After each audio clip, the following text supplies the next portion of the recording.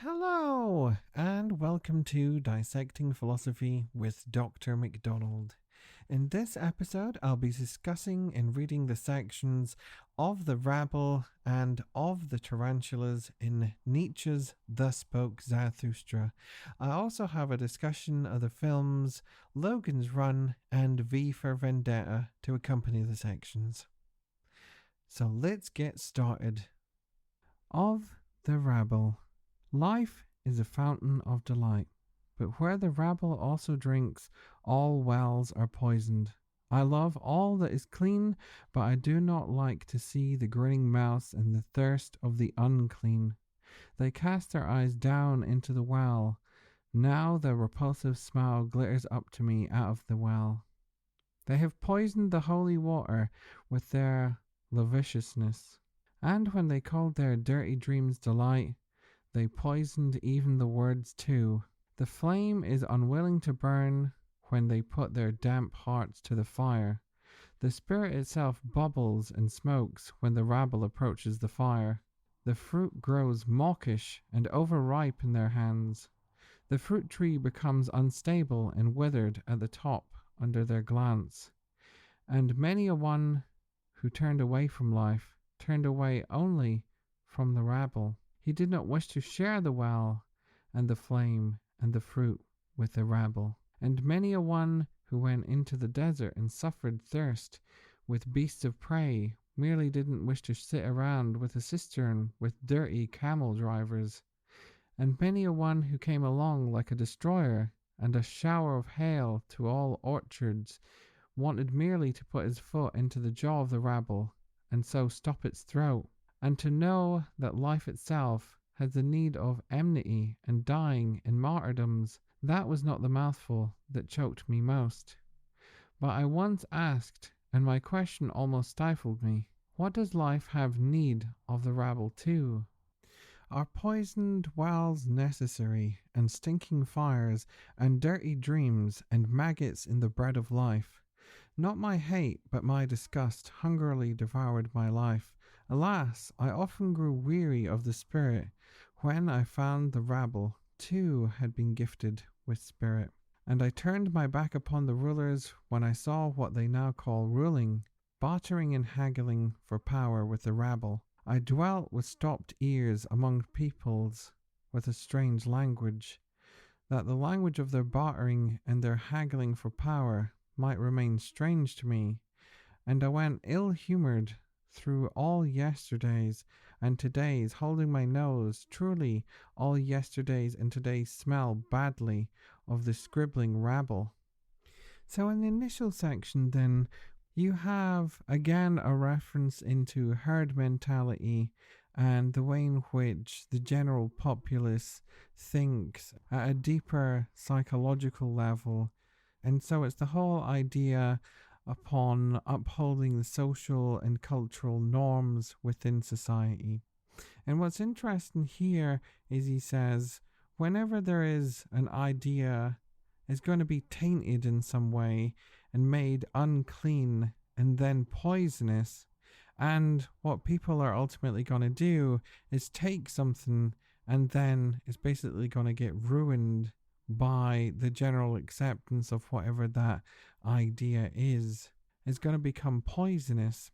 And what's interesting as well is we think, well, what's happening at a deeper level here is that he says once we accept general ideas and the social and cultural norms, we sort of go about our everyday life without really thinking about them on a deeper level, and we just sort of generally accept them as something that's good for us.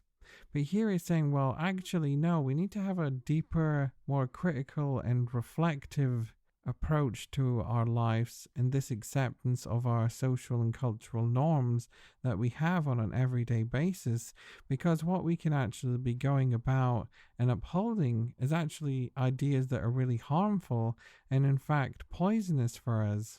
And if only we could realize the harm that that would do in the first place, then we'd be able to find a way to obviously cleanse it and not make it harmful for us, and then resolve it as a problem there in the first place.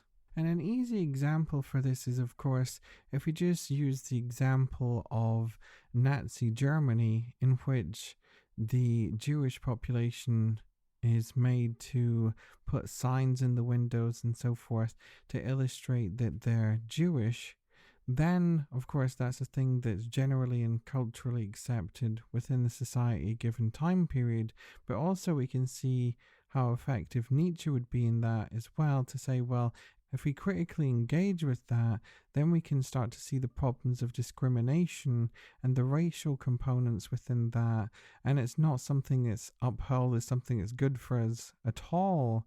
And the harm that then that's going to create through the discrimination that's caused.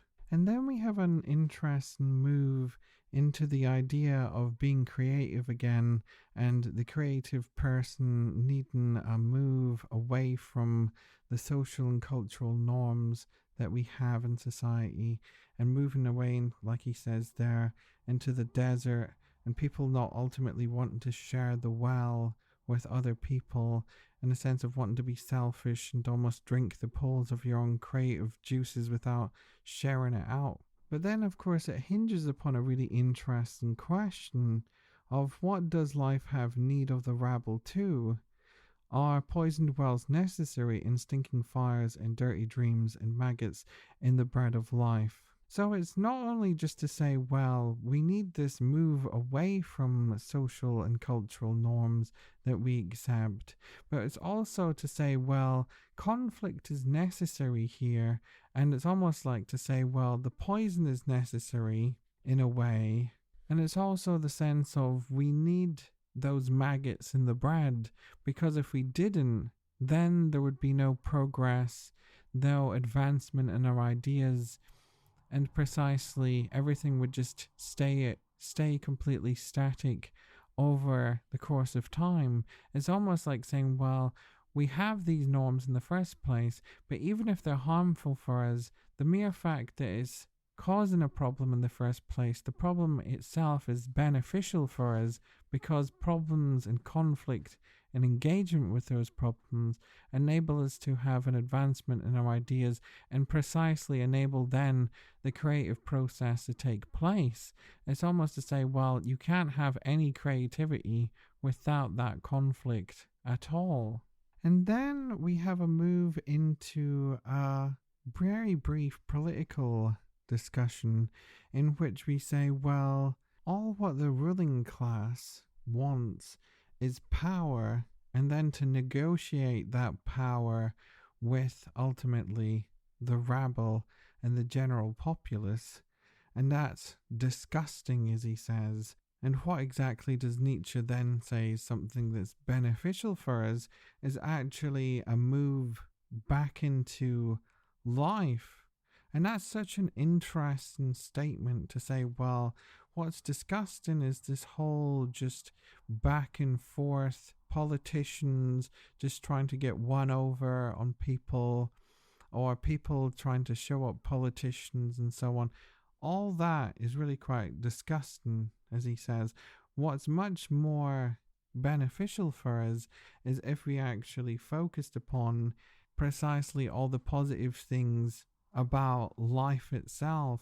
And I suppose a good example of that is, of course, whenever you get into sort of like environmentalist discussion and debate that goes on, you can say, well, all what the different countries and so forth argue about is how, of course, they can go into different targets and goals that they're all going to set for climate change, and it's going to be all beneficial, and of course then it's going to be a big massive show for how good a country can be over another. But at the bottom of that, it's still treating the world as technically a commodity and not actually as the world.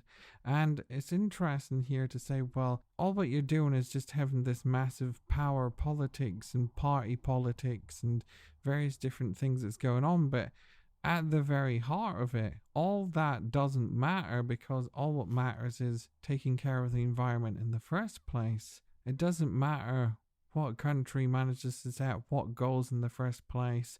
What matters is precisely the world itself. And you can just take that back into, on a local governmental idea as well.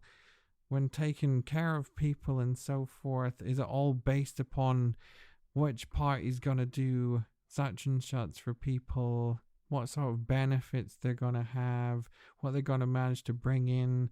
You usually also get all that party manifesto stuff whenever election time appears. And Nietzsche's like, well, that's absolutely fine, but that's not really touching upon the things that actually matter, which is the engagement with the very bare basic things to do with life itself and just living. We can say here that political action itself should be driven towards this life affirmation and affirming life and enabling us to live. And if it doesn't do that, nothing else matters. It's such an interesting little section there.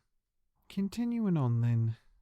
Like a cripple who has gone blind, deaf, and dumb, thus I have lived for a long time, that I might not live with the power rabble, the scribbling rabble, and the pleasure rabble. My spirit mounted steps wearily and warily. Alms of delight were its refreshment. The blind man's life crept along on a staff. Yet what happened to me? How did I free myself from disgust? Who rejuvenated my eyes? How did I fly to the height where the rabble no longer sits at the well? Did my disgust create wings and water divining powers for me? Truly, I had to fly to the extremest height to find again the fountain of delight.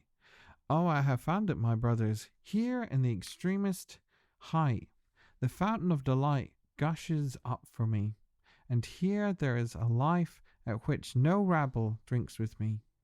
You gush up almost too impetuously, fountain of delight, and in wanting to fill the cup, you often empty it again. And I still have to learn to approach you more discreetly. My heart still flows towards you all too impetuously. My heart upon which my summer burns, a short, hot, melancholy, over-joyful summer. How my summer heart longs for your coolness. Gone is the lingering affliction of my spring, gone the malice of my snowflakes in June.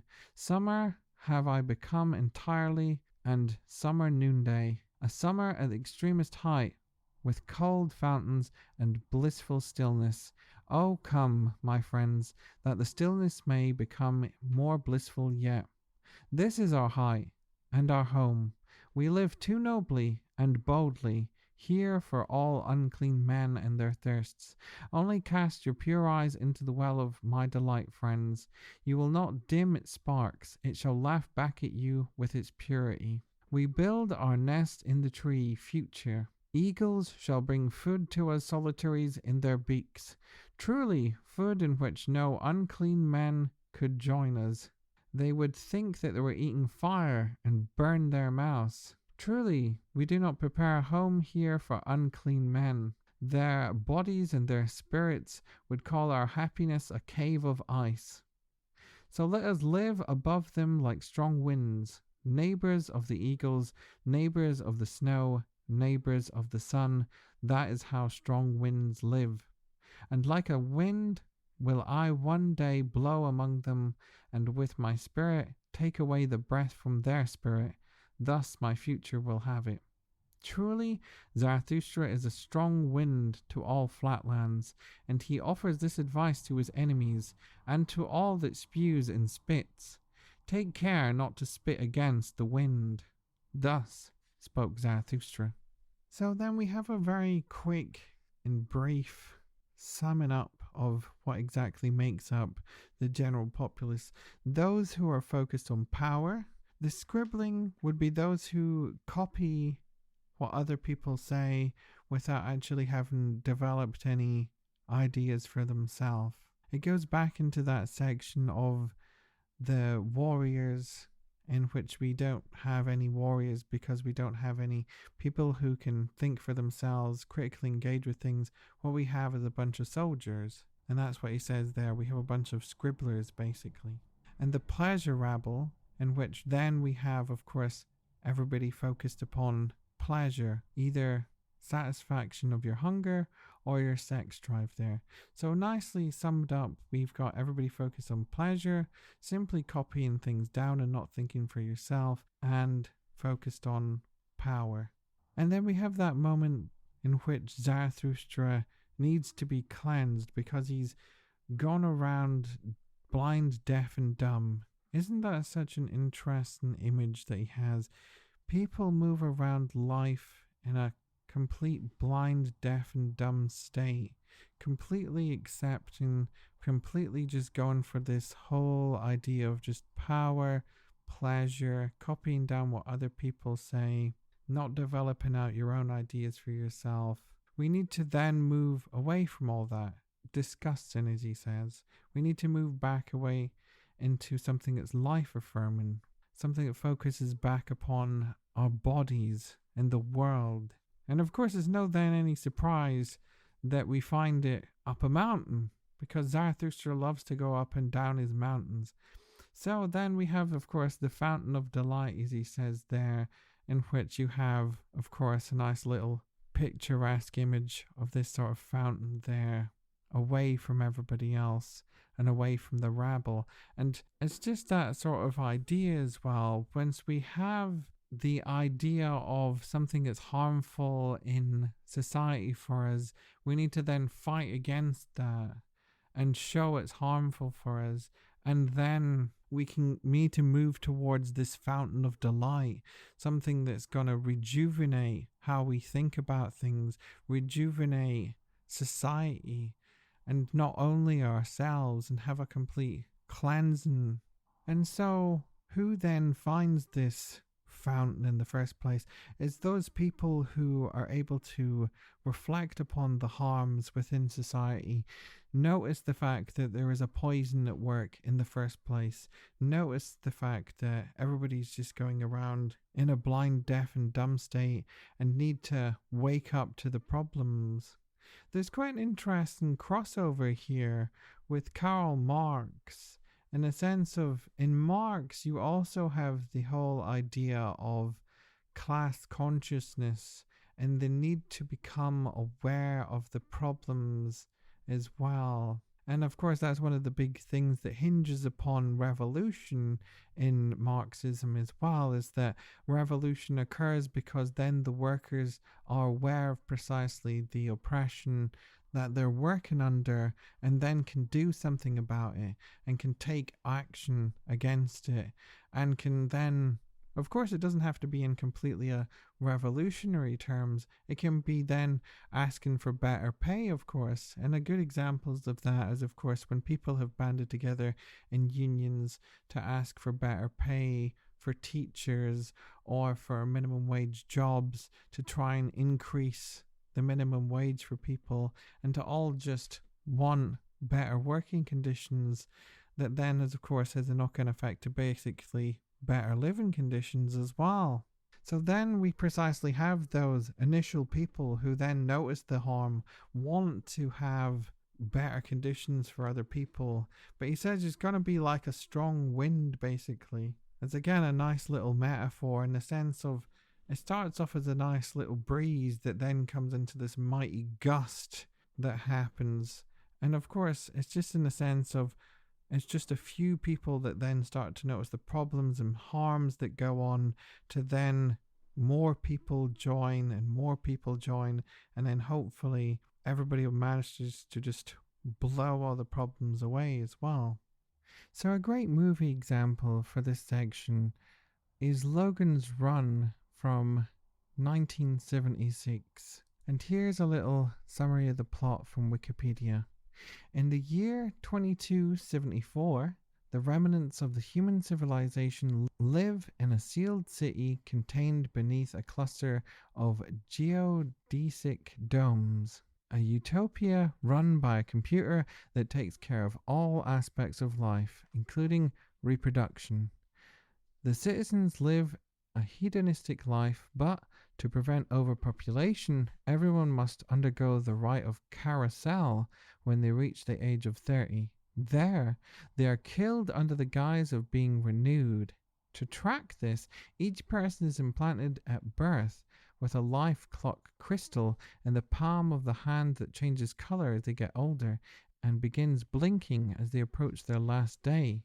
Most residents accept this chance for rebirth, but those who do not and attempt to flee the city are known as runners. An elite team of policemen, known as Sandmen, outfitted in predominantly black uniforms and serving in an agency of the city called Deep Sleep, are assigned to pursue and terminate runners as they try to escape.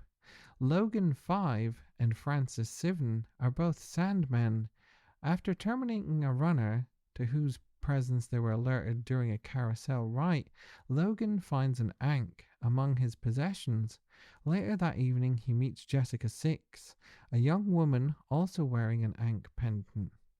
Logan takes the ankh to the computer, which tells him that it is a symbol for a secret group whose members help runners find sanctuary, a mythic place where they will be safe to live out the rest of their lives. Logan learns that the Sandmen have lost 1,056 runners this way. The computer instructs Logan to find sanctuary and destroy it, a mission which it codenames Procedure 033-03, which he must keep secret from the other Sandmen of Deep Sleep. Then, by a procedure it calls retrogram, the computer changes the color of his life clock to a flashing red, suddenly making him 4 years closer to Carousel. In order to escape this, Logan is now forced to become a runner.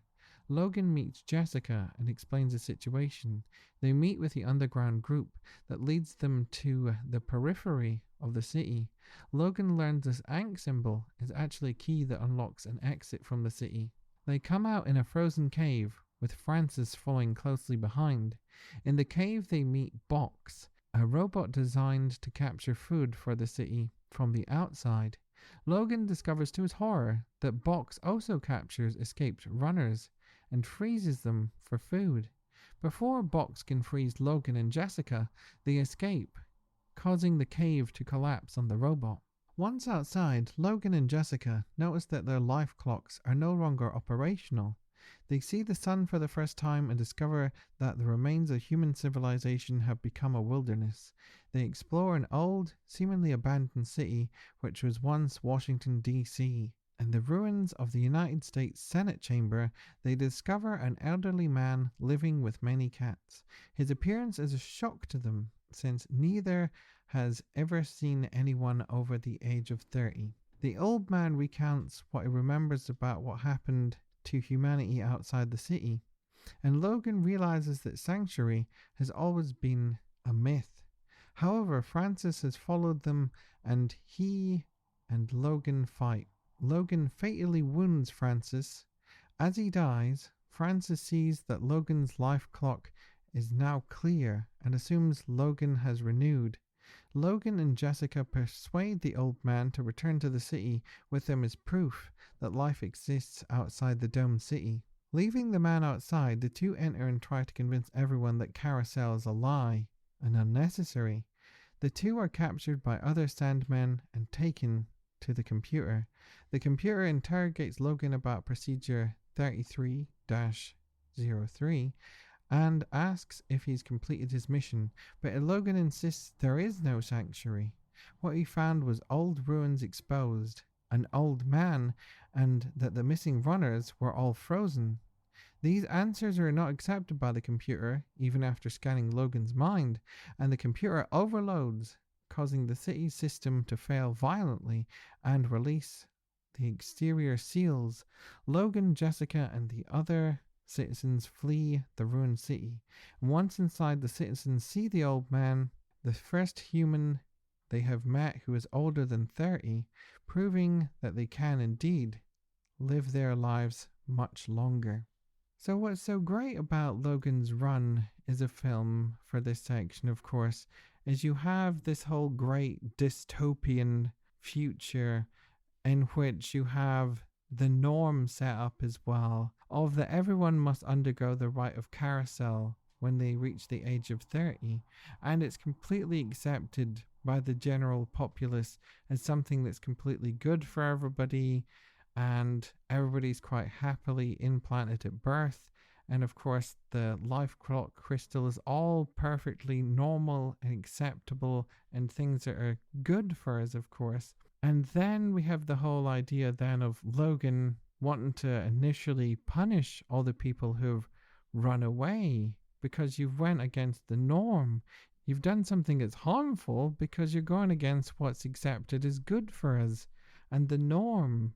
And so then we have the whole idea of Logan going to go and track down this city of people who've run away. And then, of course, we have the whole goings on of exactly what happens there. But then, of course, one of the key things of the whole movie is then the discovery and shock that actually old people exist and that people can actually live to an old age as well. And so it's that whole idea of then realizing from all that what they've lived under as an idea is actually being harmful in the first place, and to then go back and to try and challenge that.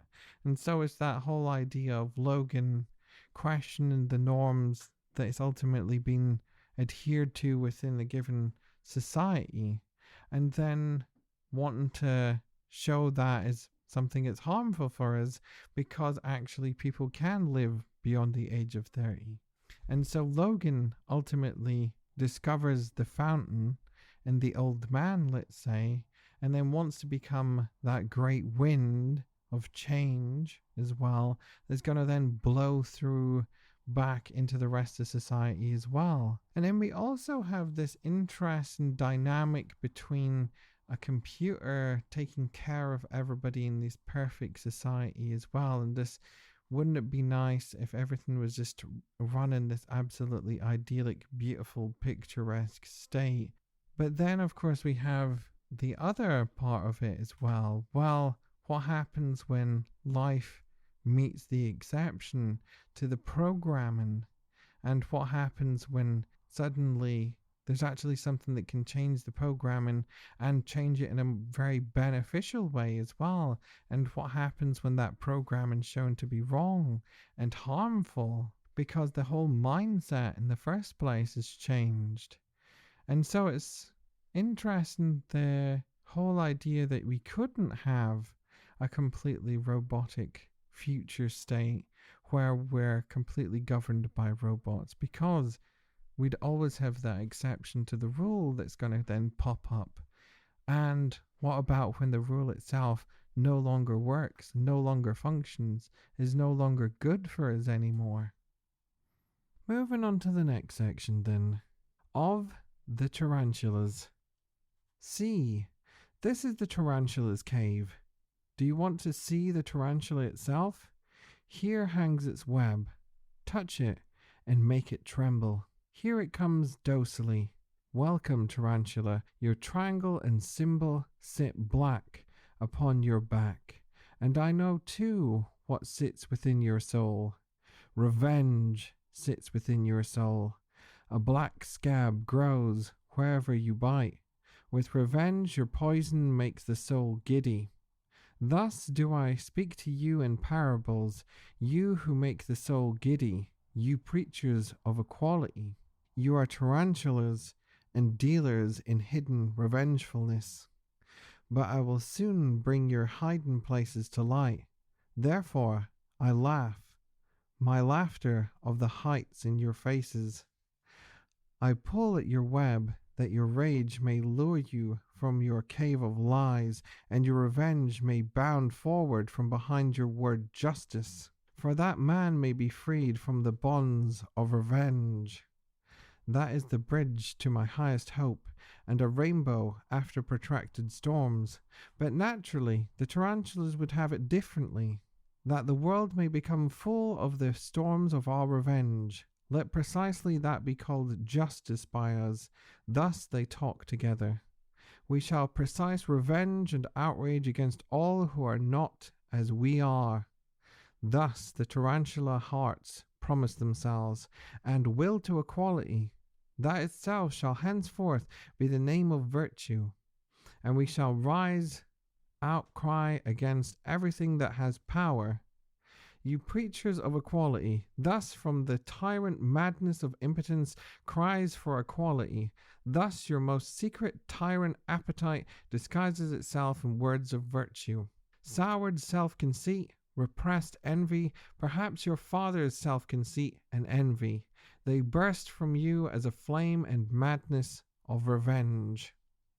So straight from the get-go, we have the section of the tarantulas dealing with the problems of equality as an idea. And it seems initially strange that you want to pick up upon what exactly is wrong with the idea of equality, since so much, especially politically and so forth, and arguing for people's rights, all is in favor of arguing for equality and to be treated the same as another set of people because of discrimination, because of hatred, because of racial hatred, and so on. And then you would want to argue, of course, really strongly in favor of arguing for equality in those given instances. And especially gender equality is something that's argued really strongly for as well, to make sure that female rights are equal to that of male rights. But what Nietzsche wants to pick up on is a problem within the idea of equality here, is that when we set up this idea of sameness, and when we do that, he says, then we create a whole judgment system and bar in which everything then has to adhere to that model that's then created. And so we can have a very simple, easy example in which you could say, well, suddenly we have within society an idea that we should only have milk chocolate. Any other form of chocolate, whatever it is bad for you. So that's dark chocolate and so on. And so automatically from that you can say, well, that idea of equality then tries to have a specific thing that everybody has to adhere to and conform to, only buying milk chocolate, and then you then cut out all the diversity and different kinds of chocolate and so on.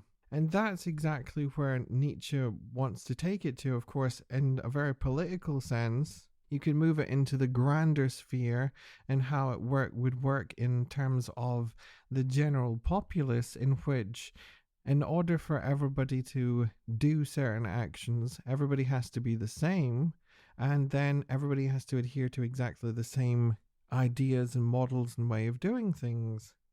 But in doing so, you then create a problem, because then you get rid of the idea of difference and diversity and alternative ways of doing things.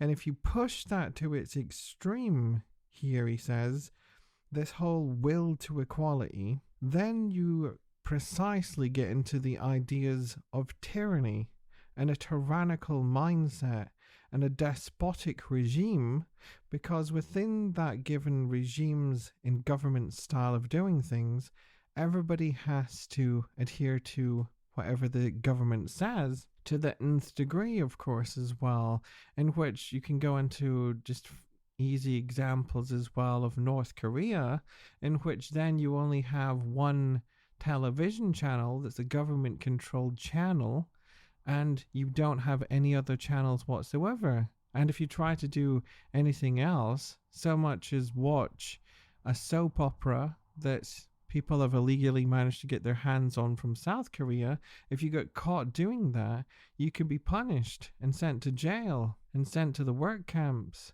And we also have Nietzsche fantastically get into the psychology about people who want everything to be equal as well and create this model in which everybody has to then adhere to it. And he says everybody becomes very self-conceited, so everybody's very vain and egotistical. And an easy example, of course, is that of somebody who is incredibly vain, and then you can create a model in which everybody has to then adhere to a specific way you have to look, a specific way you have to dress, and then there's that revenge element, he says, for all the alternatives and ways you can present yourself and ways you can look and ways you can think as well. And it's that revengeful mindset against all the alternatives and all the diversity and different approaches of doing things that we have in this idea of equality. And an easy example for that as well, for the vain and self-conceitedness, is if you had a model for beauty in which everyone had to have blonde hair and blue eyes, immediately then we're faced with the problem, well, what about people who are brunette, have black hair, have red hair, and so forth? And then we run into all those problems of why does beauty have to fit the model in which everybody has to be the same, has to look the same? Surely the much better idea for beauty is to affirm all that diversity and not create this box in which everybody has to then fit into in society. So continuing on then, what the Father kept silent, the Son speaks out, and I often found the Son the Father's revealed secret. They resemble inspired men, but it is not the heart that inspires them, it is revenge. And when they become refined and cold, it is not their mind, it is their envy that makes them refined and cold. Their jealousy leads them upon thinkers' paths too, and this is the mark of their jealousy. They always go too far, so that their weariness has to at last to lie down and sleep even on the snow. Revenge rings in all their complaints, a malevolence is in all their praise, and to be judge seems bliss to them. Thus, however, I advise you, my friends, mistrust all in whom the urge to punish is strong. They are people of a bad breed and a bad descent. The executioner and the bloodhound peer from out their faces. Mistrust all who talk about their justice. Truly, it is not only honey that their souls lack. And when they call themselves the good and just, do not forget that nothing is lacking to make them into Pharisees except power. My friends, I do not want to be confused with others or taken for what I am not. There are those who preach my doctrine of life, yet are at the same time preachers of equality and tarantulas. That they speak well of life, these poison spiders, although they sit in their caves and with their back turned on life, is because they want to do harm by speaking well of life.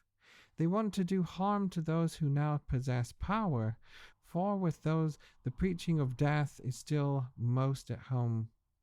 If it were otherwise, the tarantulas would teach otherwise, and it is precisely they who were formerly the best world slanderers and heretic burners. I do not want to be confused with preachers of equality, nor taken for one of them, for justice speaks thus to me: men are not equal, and they should not become so either, for what were my love of the Superman if I spoke otherwise? What an absolutely stunning line that is as well. For justice speaks thus to me: men are not equal. And you could take that, of course, in an extremely negative idea of, well, why shouldn't we be equal in the first place? Because equality would allow us to argue for rights and for allowing us to get towards sameness as an idea. But precisely Nietzsche is arguing here that we need to argue for precisely diversity and difference, and that allows our own differences and own unique qualities about us to be affirmative of life in the world, rather than trying to adhere to or conform to a system and an ideal and a box in which everybody has to fit into. And so you could say, well, by having this whole idea of men are not equal, you could also fit into the whole argument there, of course, women are not equal as well. Then isn't it a good thing that we argue for such a thing? Because by arguing for the opposite way around, you're trying to put labels on people. You're trying to make them fit in some way into a box. And isn't it precisely the opposite of that? We're all precisely unique, all diverse, all different. There is no box that can label you down in any way. And so, by arguing for that whole point, for men are not equal, women are not equal, isn't that such a positive thing? Because it's that whole idea as well, he's saying again, of whenever we create that model and ideal and bar for everyone to go towards, it's poisonous in a way, because then suddenly you have that very tyrannical mindset and revengeful approach about things to then say, well, I don't like this because it doesn't fit in within my way of thinking about doing things. And then suddenly everybody else has to try and conform to whatever your ideal is. But that's the point, isn't it, that Nietzsche's saying here? Well, nobody is going to conform to your ideal. Nobody should ever conform to that ideal in the first place, because then we precisely end up in a very tyrannical, despotic regime. And also what's interesting as well, he's saying, be wary of anyone who argues for things that are good for you, just for you, because those are the people that are going to make you want to fit within a given model, a given ideal, and then take away everything from you, your own diversity, your own uniqueness, your own way of thinking about things. Continuing on then, they should press on to the future across 1,000 bridges and gangways, and there should be more and more war and inequality among them. Thus my great love makes me speak. They should become devisers of emblems and phantoms in their enmity, and with their emblems and phantoms they should fight together the supreme fight, good and evil, and rich and poor, and noble and mean, and all the names of the virtues.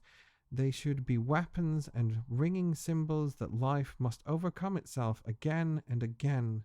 Life wants to raise itself on high with pillars and steps. It wants to gaze into the far distance and out upon joyful splendor. That is why it needs height. And because it needs height, it needs steps and conflict between steps and those who climb them.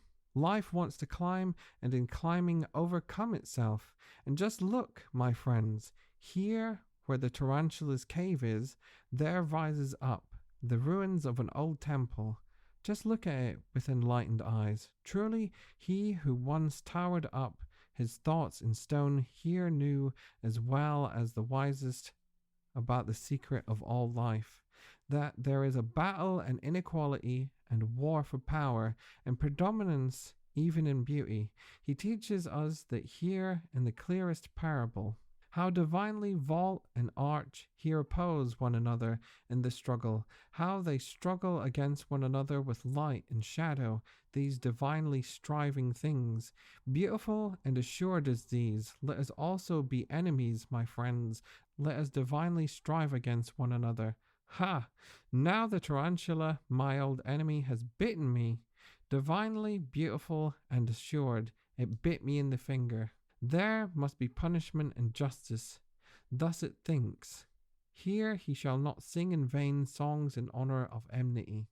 Yes, the tarantula has revenged itself, and alas, now it will make my soul too giddy with revenge.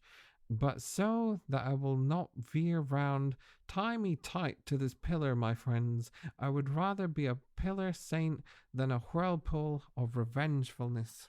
Truly, Zarathustra is no veering wind nor whirlwind, and although he is a dancer, he is by no means a tarantula dancer. Thus spoke Zarathustra. So in this last little part that wraps up the section then. Nietzsche's arguing for the necessity of conflict and for there to always be problems that's there for us to engage with. Because for the idea of equality and sameness, we then arrive at the idea of everything going to be the same and this utopian idea as well, in which if only everything managed to get towards this specific idea and ideal of blissful state, then wouldn't everything be lovely?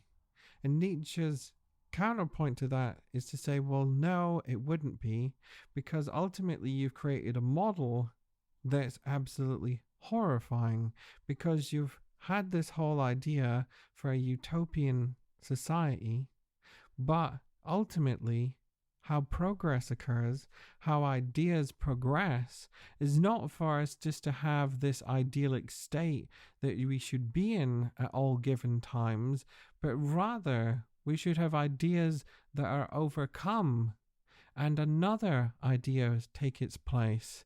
And so we argue then for the benefit of conflict in ideas and for our ideas to change over time and the necessity of those ideas to change over time.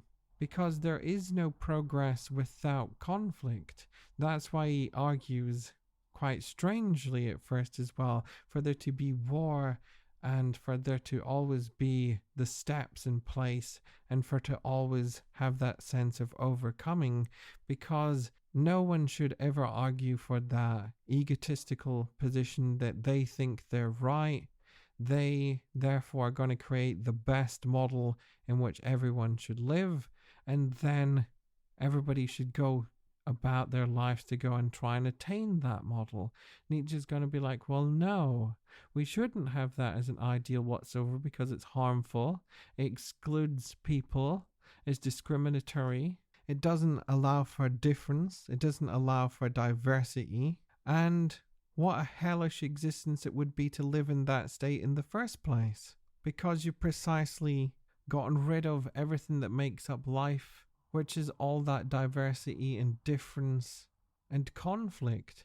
And it's that fantastic bit at the end as well where he says, shouldn't we not only be friends but enemies as well? And to say, well, even if we agree with Nietzsche here, he's saying, well, don't treat me as somebody you're just going to idolize, trying to find problems with what I say. And it's not too dissimilar from what he said previously as well in the section of the friend, in which a good friend will also be that good enemy for you and will not just completely be caught up in whatever you say and adore whatever you say, but rather will be critical upon what you're saying at the same time and offer good constructive advice. And that's where he's going to say, well, he himself is not perfect. That's a bit of a shock horror for any philosopher to try and say, I'm actually going to be flawed, and my own ideas here can become revengeful at times, so you better tie me up. And we have, of course, that humorous image at the end of Zarathustra needing to be tied up to hold him back because he doesn't want to become that whirlpool of revengefulness against life. He wants to, of course, affirm life at the end. And so a great movie for this section, I thought, was V for Vendetta from 2006. And here's a little summary of the plot from RottenTomatoes.com. Based on the graphic novel by Alan Moore, V for Vendetta takes place in an alternative vision of Britain in which a corrupt and abusive totalitarian government has risen to complete power. During a threatening run-in with the secret police, an unassuming young woman named Evie is rescued by a vigilante named V, a caped figure both articulate and skilled in combat.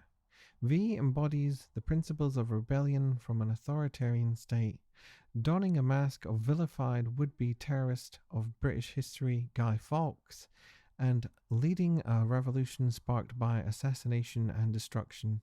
Evie becomes his unlikely ally, newly aware of the cruelty of her own society and her role in it.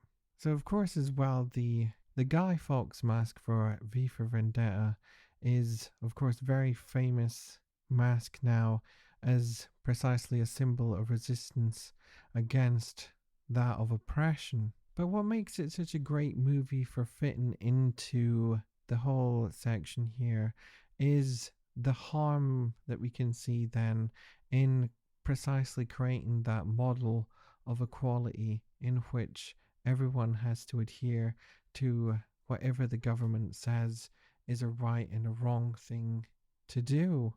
And we have a specific fantastic section in which Evie is hiding out in Stephen Fry's house from the authorities. And what the authorities have done as well is actually come into Stephen Fry's house to arrest him because he made fun of the head of the government in a television skit as well. And so it's the whole how dare you make a satire about the whole head of government. But also it's the whole thing in which Stephen Fry's character actually gets killed, you find out, because he had a Quran that was there in a secret little stash he had in a hidden room in his house full of little collectibles that were all illegal items that you weren't meant to have because the government had blacklisted them all. And Evie even says to Stephen Fry's character, "Are you religious?" And he quite beautifully replies back, "You don't need to be religious in order to appreciate the beauty of the words." There's also another part in the film as well when Evie wakes up in V's lair, as it were, or place where he's hiding out. And she just wakes up and on this bed with absolute stacks upon stacks of books, all piled up on top of one another.